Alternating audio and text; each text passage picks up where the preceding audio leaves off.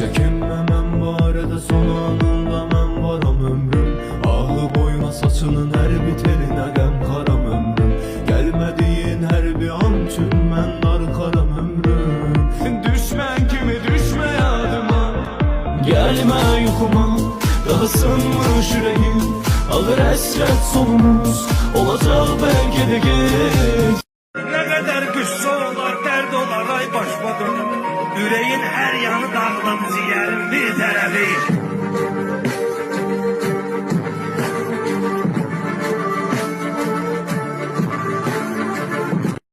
Axı sevirəm səni mən nə üçün Ne belə üçün belə yaratıp güzelliği yaradan bilmirəm ne üçün belə.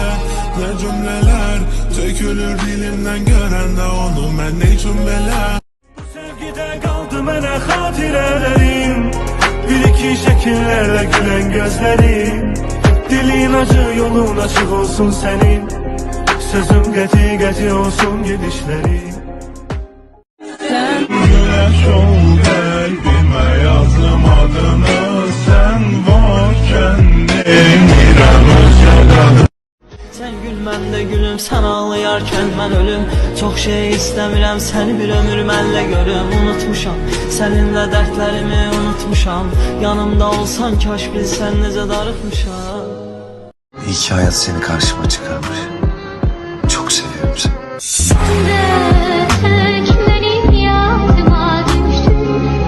Gece gündüz ne kadar zulm eləsə sevgilimiz, qoymarıq yadlara salsın belə dastanımızı. Uçmarıq biz qəfəsin ağzı açıq olsa belə, sevirik çünki o bülbül kimi zindanımızı. Ne yaxşı varsan, Bir baxışın həyatımda hər acını sarsa. ne yaxşı varsan, ne yaxşı varsan. Olursan yoluma ışıq, qaranlıq sarsan. Yüreğinden bu gereksiz merhamet etsin.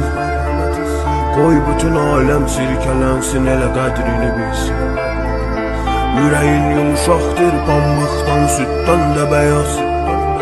Çat kaşlarını o nazlı canın da haddini bilsin. Ol mənə yaxın, mən sənə baxım. Gözlərə bağlama pəncərəni. Yollara baxıb gözümdən axır. Bu qədər üzürlə səncə məni.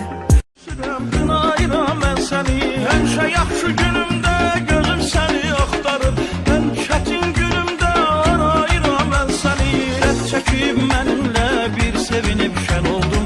Yenə də axırda mənə qalan sən oldun. Gel gedək, gəzdirim səni sehirli nağıllar. Apar məni, sıxır bu qara şəhər məni.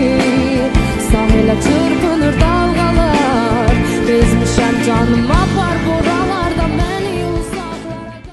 Açıldı qapılar, gedəni saxlamaq olmaz. Başqası tapılar, sanma girin tanımaz. Yoxsulda insan danışır onsuz gəlirsən.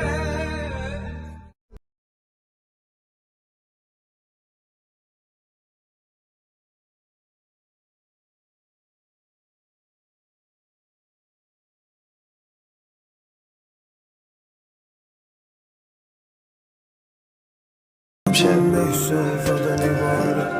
Çok yaşasın. Yaraşır özüme benim tenha.